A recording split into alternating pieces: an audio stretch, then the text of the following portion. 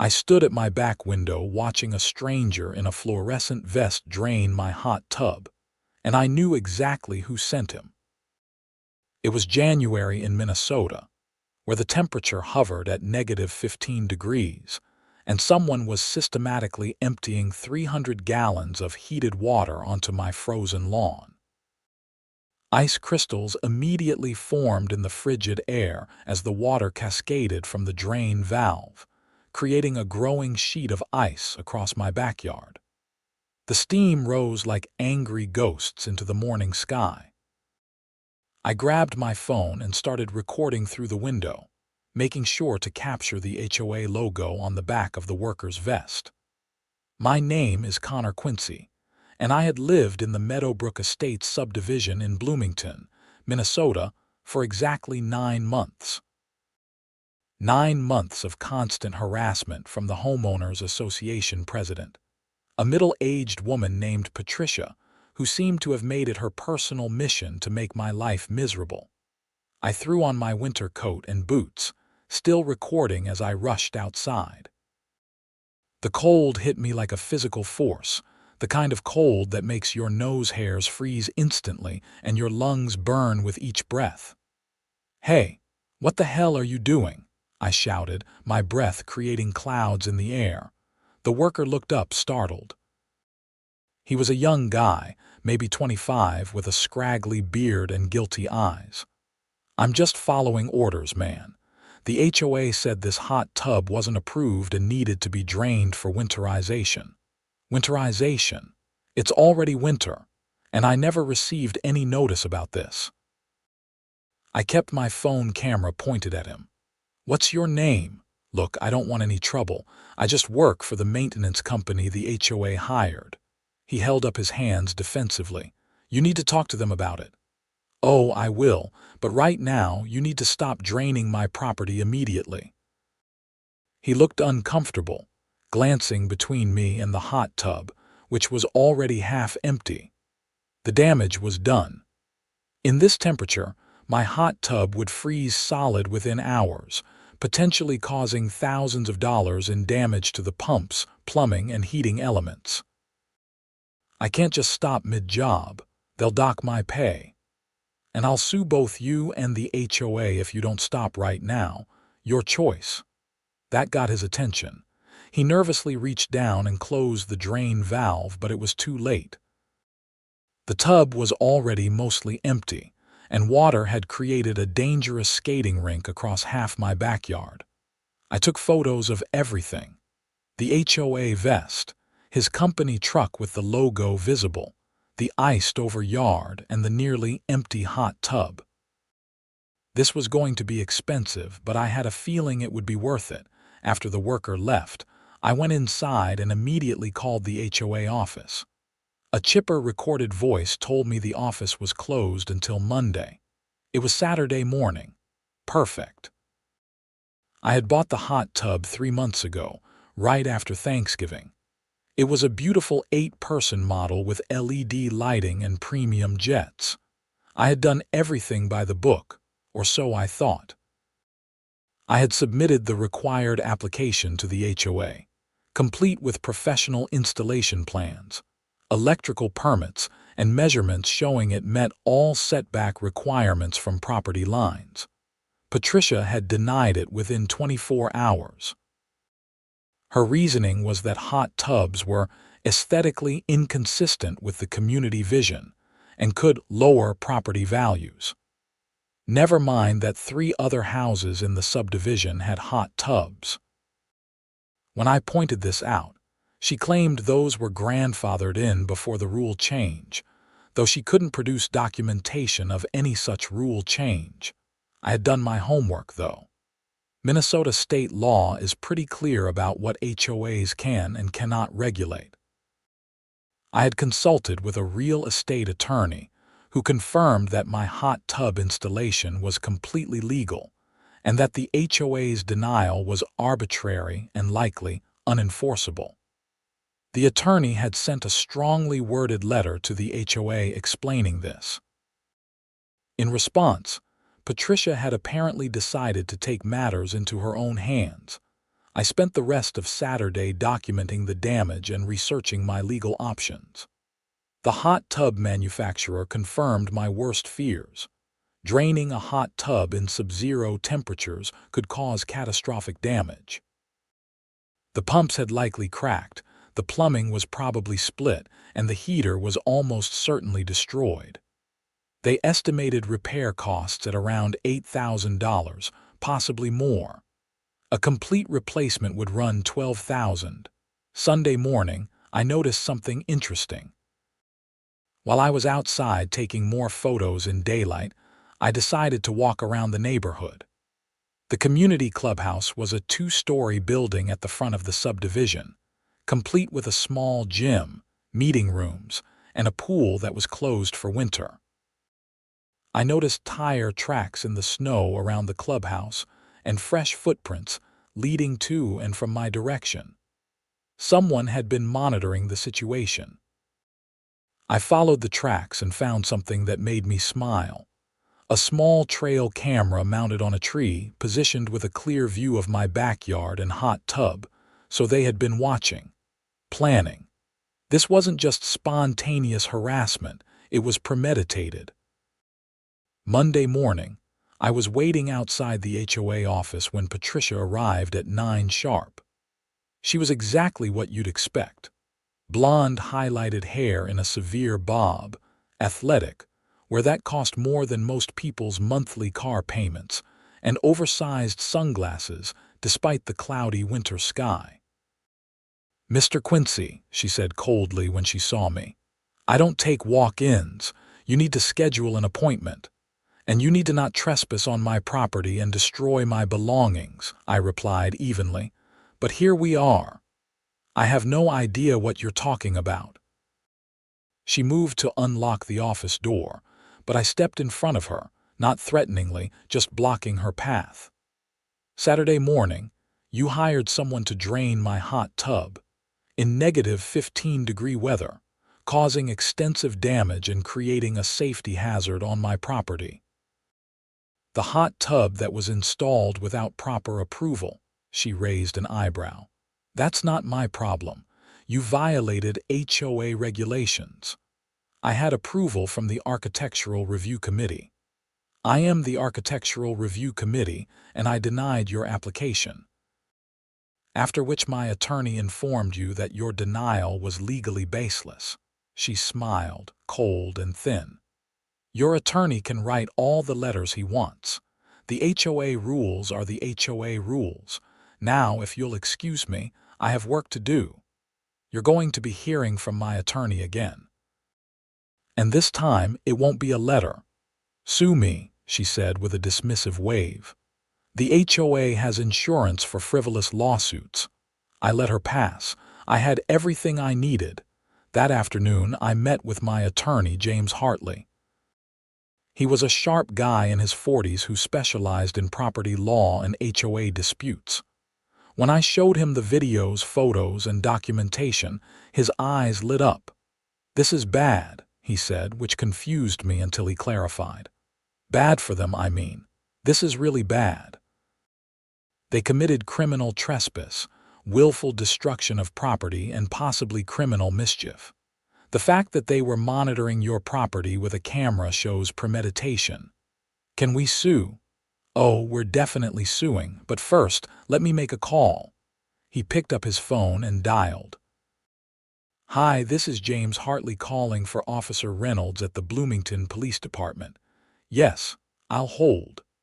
I hadn't expected him to involve the police, but it made sense. This wasn't just a civil matter anymore. Officer Reynolds arrived at my house within 2 hours. He was a no-nonsense cop in his 50s who listened patiently as I walked him through everything, showing him the evidence on my laptop. "And you have video of the actual draining?" he asked, complete with the HOA logo visible on the worker's vest. "And they had no written authorization from you to be on your property?" "None whatsoever. I have my security camera footage showing he just showed up and started draining it." Officer Reynolds nodded slowly. "I'll need copies of all this evidence." I'm going to file a report for criminal trespass and property destruction. The prosecuting attorney will decide whether to press charges. What are the chances they will, with this evidence? Pretty good. The dollar amount of damage puts this in felony territory if it's over $1,000. Try $8,000 minimum. He whistled low. Yeah, they're going to press charges, especially with the premeditation angle. That trail camera you found is going to be key. After Officer Reynolds left, James laid out our legal strategy. We would file a civil lawsuit seeking damages for the hot tub repair, the ice damage to my lawn, emotional distress, and punitive damages for the malicious nature of the act. We would also seek an injunction preventing the HOA from any further harassment and file a complaint with the Minnesota Department of Commerce, which oversees HOAs. How much are we talking? I asked. Based on similar cases, I'd say we have a good shot at $30,000 to $40,000 in total damages, possibly more if we can prove a pattern of harassment. Do you have documentation of other issues with this HOA? I pulled out a folder I had been keeping. It was 3 inches thick. Over the past 9 months, I had received 72 violation notices from the HOA. 72. For things like my trash cans being visible from the street for 4 minutes after pickup time, my grass being 1/4 inch too tall during the summer, parking my work truck in my own driveway, having a garden gnome that was considered decorative clutter, and my personal favorite, having curtains that were the wrong shade of white. Every single violation came with a threat of fines, typically starting at $50 and escalating to $250 for repeat offenses. I had paid none of them, instead sending detailed responses explaining why each violation notice was baseless. This had clearly infuriated Patricia. James flipped through the documentation with growing amazement. This is harassment. Clear, documented harassment. This changes everything. We're not just talking about one incident, we're talking about a systematic campaign of abuse of power. So what happens now? Now we hit them with everything. I'll have the lawsuit filed by end of business tomorrow. And I'm going to include a motion for immediate relief, asking the court to freeze the HOA's ability to issue any more violation notices or take any actions against you pending the outcome of the trial. The lawsuit was filed on Tuesday. By Thursday, I received a hand-delivered letter from Patricia stating that my HOA dues were being increased by $500 per month due to my excessive use of HOA resources. The letter was dated before the lawsuit was filed, but had conveniently only just arrived. James added that to the lawsuit as further evidence of retaliation. Things moved surprisingly quickly in the legal system, probably because the evidence was so clear-cut. The criminal charges were filed within 2 weeks. Patricia was charged with conspiracy to commit criminal trespass and destruction of property, both felonies given the dollar amount. The maintenance worker was charged as well, but was offered a plea deal in exchange for testifying against Patricia. The civil case was scheduled for a preliminary hearing in March. In the meantime, the judge granted our motion for preliminary relief, ordering the HOA to cease all violation notices and collection actions against me. Patricia violated that order within 3 days, sending me a notice of fine for disturbing the community peace by engaging in excessive legal actions. James filed a motion for contempt of court. The judge was not happy. At the contempt hearing in late February, Patricia showed up with the HOA's lawyer, a nervous-looking young guy who clearly knew his client was in deep trouble. The judge, a stern woman named Sandra Morrison, read through the evidence with increasing displeasure. Miss Winters, You are aware that this court issued an order preventing you from taking any enforcement actions against Mr. Quincy.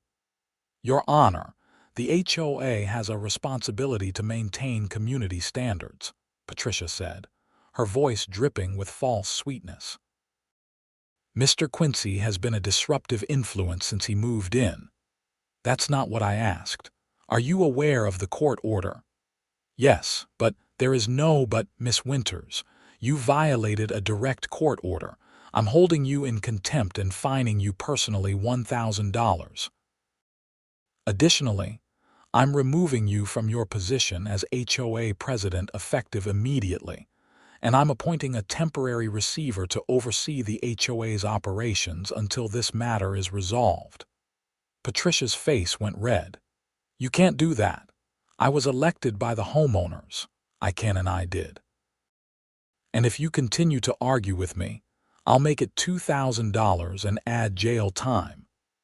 That shut her up, though she looked like she wanted to spit nails.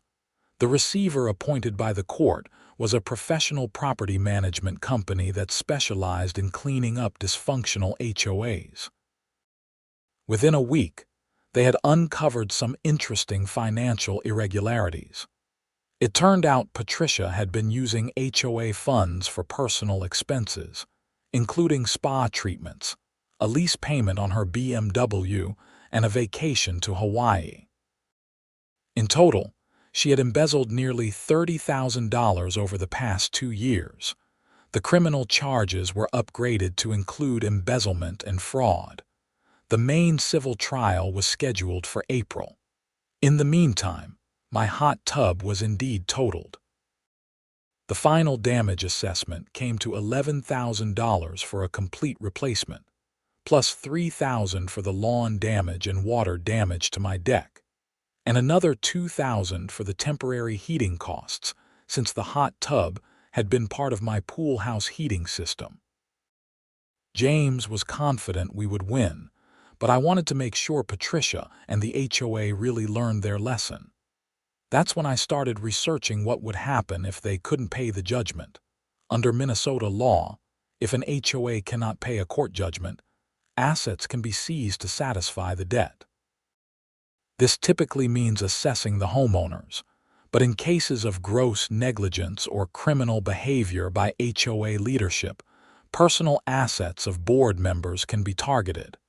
But there was another option: seizing and selling HOA common property. The clubhouse and its contents were valued at around $200,000 according to the HOA's own insurance documents, which were now available through the court-appointed receiver. The furnace alone was a new high-efficiency system worth $30,000, installed just 6 months ago. I mentioned this to James. If we win a judgment large enough, could we potentially foreclose on HOA property? He looked at me with renewed interest. Theoretically, yes. It's rare, but it can be done. What are you thinking? I'm thinking that Patricia cost me my hot tub in the middle of winter.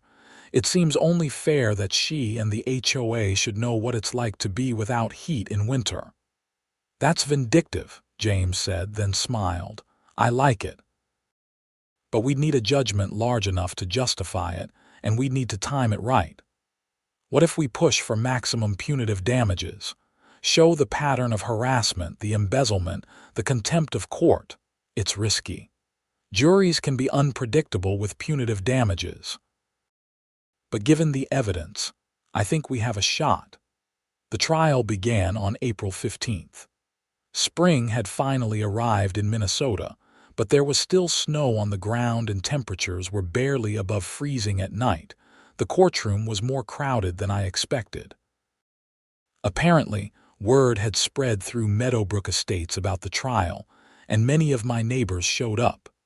Some were there to support Patricia, but a surprising number were there to support me. It turned out I wasn't the only one who had been harassed by her. During jury selection, James made sure to seat people who owned homes and would understand HOA issues.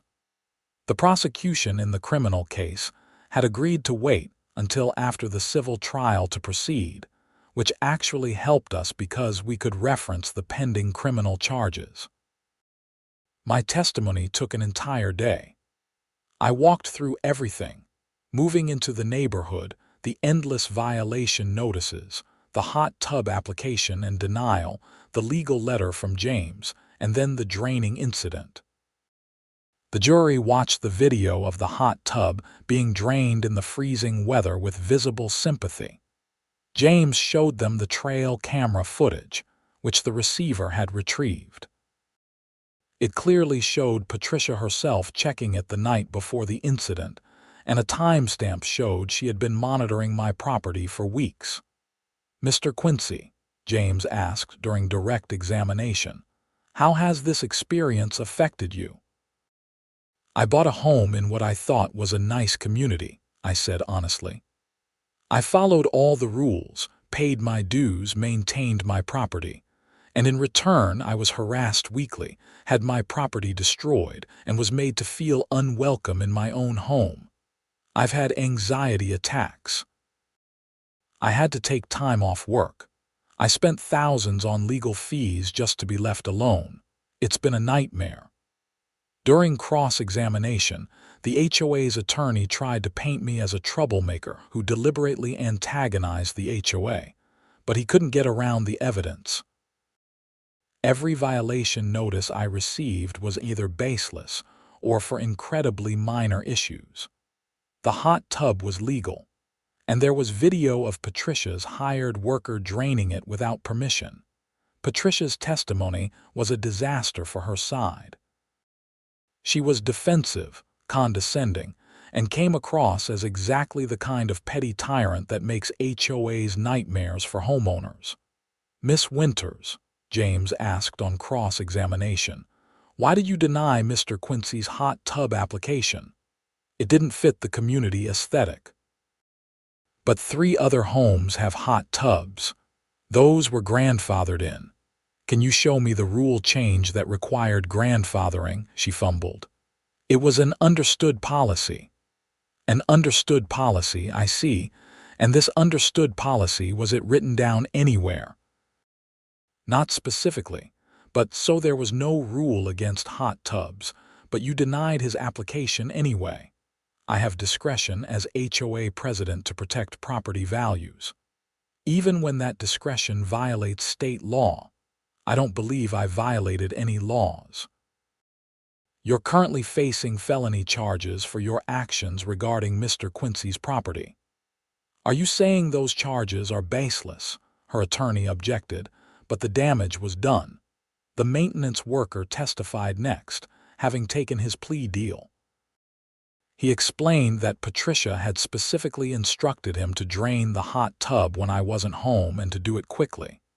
She told him it was a code enforcement action and completely legal. He had believed her and now regretted his involvement.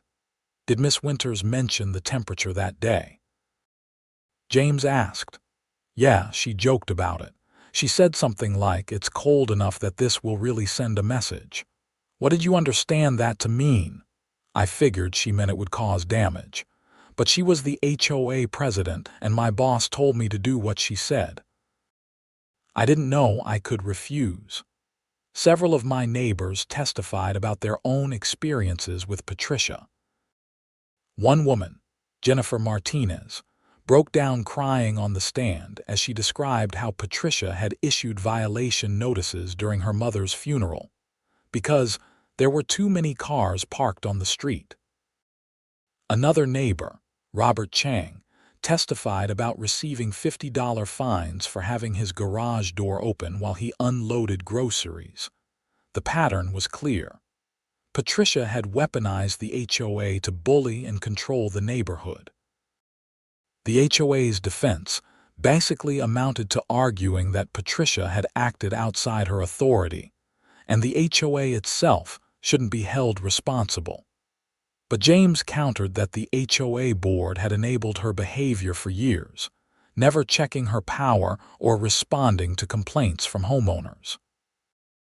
We brought in an HOA governance expert who testified that Meadowbrook Estates HOA had fundamentally failed in its fiduciary duties to homeowners, and that the board's oversight was negligent to the point of complicity. After 3 days of testimony, both sides rested. Closing arguments took most of a 4th day. James was powerful in his closing. "Ladies and gentlemen, this case is about abuse of power. Connor Quincy bought a home and tried to improve it. He followed the rules. He got the permits. He did everything right. And in return, he was harassed, bullied, and ultimately had his property destroyed by someone who believed she was above the law. The evidence is clear. The video doesn't lie. Miss Winters orchestrated the destruction of his property in sub-zero temperatures, knowing it would cause massive damage. She did it out of spite, to teach him a lesson for daring to challenge her authority. And when a court ordered her to stop, she kept going. This isn't just negligence. This is malicious, intentional conduct that deserves not just compensation but punishment. Send a message that HOAs don't get to destroy property and bully homeowners. Hold them accountable. The jury deliberated for 6 hours. When they came back, the forewoman stood and read the verdict, liable on all counts. Compensatory damages: $16,000 for the hot tub and related damage. Emotional distress damages: $25,000. And then the big one: punitive damages of $300,000. Patricia went pale. Her attorney immediately moved for a reduction, but Judge Morrison denied it. "The jury has spoken," she said. "The evidence supports their decision. Miss Winters, you abused your position, violated court orders, and embezzled HOA funds. This judgment is appropriate and will stand." The total judgment, with legal fees and costs added in, came to over $360,000. The HOA's insurance policy maxed out at $100,000 for this type of claim, and even that was questionable given the criminal activity involved.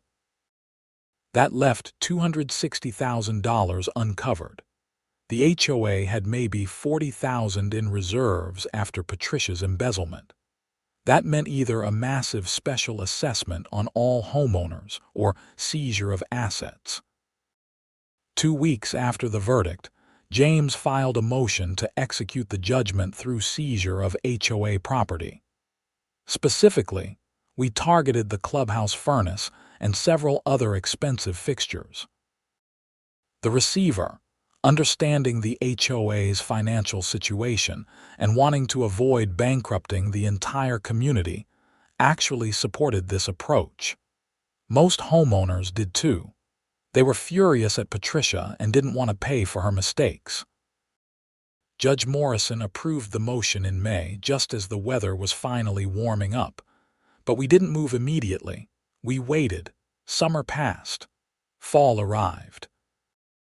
The receiver worked on restructuring the HOA, implementing proper oversight, and trying to recover funds from Patricia, who was by now in plea negotiations on the criminal charges. November came. Then December. Minnesota winter returned with a vengeance, with temperatures dropping below zero by mid-December. And then, just before Christmas, we executed the seizure order. A moving company I hired, accompanied by a sheriff's deputy to ensure legality, arrived at the clubhouse on December 20th. The temperature was -10 degrees. They had court orders authorizing them to remove the furnace and several other fixtures to partially satisfy the judgment. The new HOA board, elected in a special election after Patricia's removal, had been notified. They didn't fight it. Most of them agreed Patricia had brought this on herself and the community. The furnace was professionally removed over 2 days. The clubhouse had a backup electric heating system, but it was minimal and old, designed only to keep pipes from freezing. The building went from a comfortable 70 degrees to about 50 degrees within hours. The pool area, connected to the same system, dropped even further. The gym was frigid. The meeting rooms were unusable. I had the furnace moved into a storage unit. Along with it went several valuable fixtures: the commercial-grade kitchen appliances from the Clubhouse kitchen, the pool's heating and filtration system, and various other items that added up in value. An appraiser valued everything at approximately $75,000. I could sell it all and apply the proceeds to the judgment, or I could negotiate. The HOA board, desperate to have their clubhouse functional in the middle of winter, reached out through their attorney. We had a meeting the day after Christmas. The new board president was a reasonable guy named David Kowalski, an engineer in his 50s who had moved to the neighborhood the year before I did. "Mr. Quincy, I want you to know that the current board had nothing to do with what Patricia did to you. We all think it was terrible." "I appreciate that," I said, "but the judgment still stands. We understand. But we have residents who use the clubhouse for community meetings. We have elderly residents who attend social events there. The pool is used for physical therapy by some of our older residents. Without heat, none of that can happen. Patricia should have thought about that before draining my hot tub in sub-zero weather." "You're right," he said, surprising me. "She should have, and she's going to prison for what she did. But punishing the entire community isn't right either." I let him sweat for a moment, then leaned forward. "Here's what I want. The HOA admits fault in writing, formally apologizes, and agrees to pay the remaining judgment in full over 5 years with interest. You get the furnace and other equipment back, but you pay market rate to have it reinstalled. And the HOA rules get completely rewritten with my attorney's oversight to prevent this from ever happening again." David looked at his attorney, who nodded. "We can agree to that. And one more thing. I want a guarantee in writing that no violation notices can be issued without approval from at least 3 board members, not just the president. And homeowners get an appeal process that involves a vote of the full membership for anything over a $100 fine." "Done," David said immediately. Honestly, we were planning something similar anyway. Patricia's range showed us we need better checks and balances. We shook hands. The agreement was drawn up and signed by the end of the week. Patricia pleaded guilty to the criminal charges in January. She received 3 years in prison for the embezzlement, property destruction, and contempt of court charges, with 2 years probation to follow. She was also ordered to pay restitution, though she had already lost her house and most of her assets to legal fees and the criminal case. The maintenance worker got 6 months probation and community service. I didn't have any ill will toward him. He was just a guy trying to do his job who got caught up in Patricia's vindictiveness. The HOA paid to have the furnace and equipment reinstalled in February. By March, the clubhouse was fully operational again. Over the spring and summer, the HOA rules were completely rewritten. My attorney worked with the board and a homeowner committee to create reasonable, clear standards that couldn't be weaponized. The new rules included strict limits on what could be regulated, mandatory notice periods before any enforcement actions, an appeal process, and most importantly, a prohibition on selective enforcement. I got my new hot tub installed in April, this time with 0 resistance from the HOA. Several board members actually came by to see it and complimented the installation. The monthly payments from the HOA started arriving like clockwork. Every cent went into an investment account. I figured by the time it was all paid off with interest, I'd have enough for a down payment on a vacation property.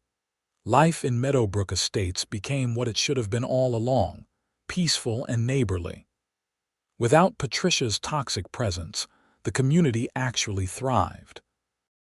People started hosting block parties. The clubhouse became a hub for legitimate social events, rather than Patricia's personal fiefdom. Jennifer Martinez, the woman whose mother's funeral had been disrupted by Patricia's violation notices, became one of my good friends. We often sat in my hot tub in the evenings, drinking wine and laughing about how different things were now. "I still can't believe you actually took their furnace," she said one night in July as we enjoyed the warm jets under the stars. "I can't believe they thought they could drain my hot tub and get away with it," I replied. "Patricia was something else. I heard she's already been written up multiple times in prison for trying to boss other inmates around. Some people never learn, true. But at least she can't hurt anyone here anymore." That was the truth of it. The lawsuit, the criminal charges, the seizure of the furnace, all of it had been about more than just revenge or compensation. It was about accountability. It was about showing that people in power, even small power like an HOA presidency, can't abuse that power without consequences. The summer passed beautifully. My lawn looked great, my hot tub was perfect, and my work truck sat in my driveway every night without any violation notices appearing. In August, David Kowalski asked if I'd be interested in joining the HOA board. I declined politely. I had no interest in HOA politics. I just wanted to live in my house, use my hot tub, and be left alone. "I understand," he said with a laugh. "But if you ever change your mind, you'd be welcome. You definitely proved you can stand up to difficult people." "I proved I can hire a good lawyer," I corrected. "James Hartley did the heavy lifting. Still, you didn't back down. A lot of people would have just moved or given up." He was right about that. I had thought about moving, especially during the worst of the harassment. But this was my home. I had chosen it, invested in it, and I wasn't going to let some petty tyrant chase me away. By September, life had settled into a comfortable routine. Work was good. My relationship with my neighbors was great. The HOA actually functioned like it was supposed to, handling maintenance and organizing community events without overstepping.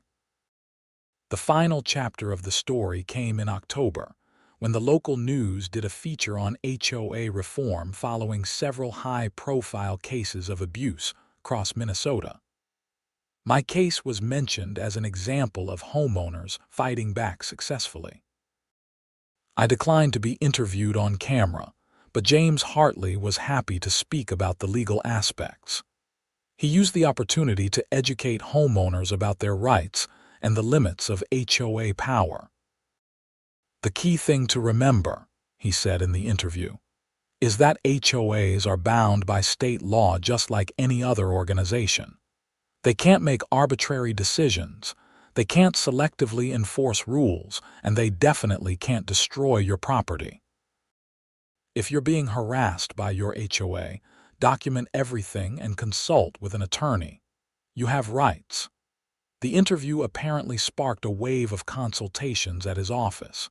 He called me a month later to thank me. "You've made me the go-to HOA attorney in the Twin Cities," he said with a laugh. "I've had 15 new clients in the past month, all with HOA issues." "Glad I could help your business," I replied. "How many of them have legitimate cases?" "About half. The others just don't understand what HOAs can and can't regulate, but the ones with real issues, they're bad." Apparently, Patricia wasn't unique.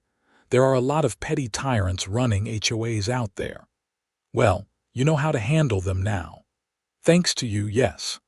As fall turned to winter again, I found myself sitting in my hot tub on a cold December evening, watching snow fall gently from the dark sky.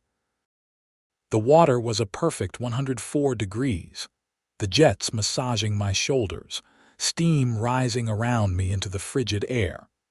A year ago, I had been watching a stranger drain this hot tub's predecessor while ice formed on my lawn. A year ago, I had been angry, violated, and uncertain about what to do. Now, justice had been served. Patricia was in prison. The HOA had been reformed. My legal fees had been covered and then some by the judgment, and most importantly, I had my peace back. The hot tub hummed contentedly as I relaxed into the warm water. Through the steam, I could see lights on in houses around the neighborhood. Good people living their lives without fear of arbitrary violation notices or petty harassment. That, more than the money or the satisfaction of winning, was what made it all worthwhile.